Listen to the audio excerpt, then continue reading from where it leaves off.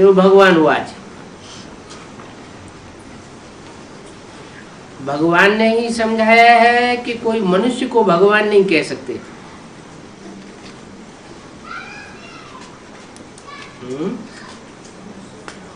मनुष्य को नहीं कह सकते, क्या जानवर को कह सकते हैं?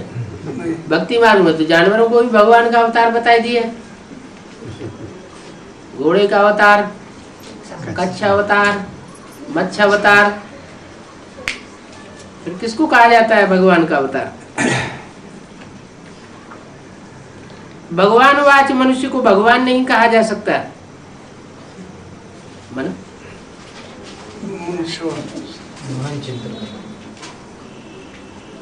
मनुष्य कहा जाता है मनु की औलाद।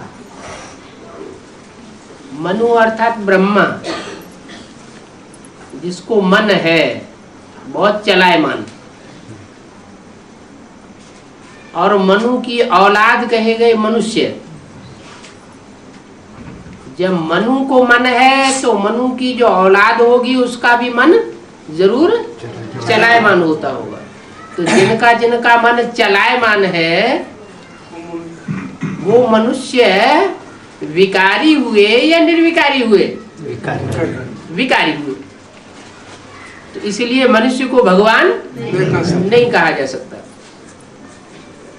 फिर किसे कहा जा सकता है भगवान? निराकार, जब साकार में जिसका मन अपने पूरे कंट्रोल में हो। यूं कहें कि बुद्धि ही पूरी 100% काम करती हो, मन के चलायमान होने की बात ही नहीं, उसको कहेंगे भगवान। और जिसके मन है, मन चंचल है, तो उसे भगवान नहीं कहा जा सकता। देवताओं को भी भगवान नहीं कहा जा सकता। क्यों? उनका मन तो चंचल नहीं होता है। देवताओं को इसलिए भगवान नहीं कहा जा सकता कि वो उत्तरोत्तर सब नीचे गिरते रहते हैं।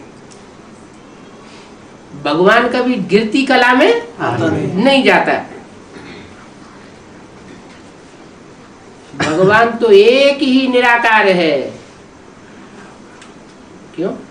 आत्माएं सब निराकार नहीं है, है? तो आत्माएं भी तो निराकार है। साकारी चोला लेती है आत्माएं, साकारी चोला लेती है, भगवान भी साकारी चोला लेता है। लेकिन वो अंतिम समय पूरे 84 जन्म के बाद नहीं, वो देवान में नहीं है, निराकारी स्टेज में है। माने है तो वो भी बिंदु, सुप्रीम सोल भी बिंदु है, आत्माएं भी जो भी है, मनुष्य मात्र सब बिंदु हैं। कीड़े मकोड़े पशु पक्षी सब की आत्मा बिंदु है।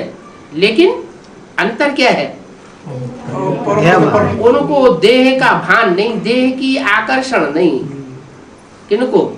भगवान।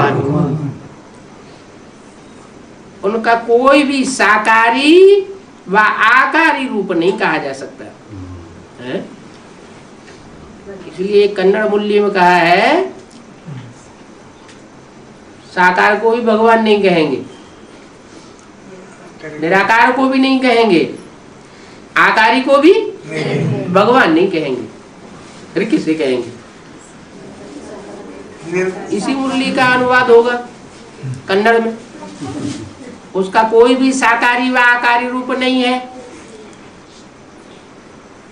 वो आत्मा साकार रूप धारण नहीं करती और सूक्ष्म शरीर भी धारण नहीं करती। सूक्ष्म शरीर तो वो धारण करते हैं जिनकी अकाले मौत होती है। भगवान की तो अकाले मौत होने की बात है ही नहीं। सूक्ष्म वतन वासियों को सूक्ष्म आकार है।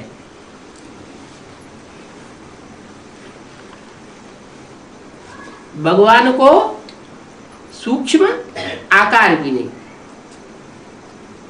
और सूक्ष्म वतन में आता ही नहीं। कहाँ आता है? वो तो साकार सृष्टि पर आता है। साकार तन में प्रवेश करता है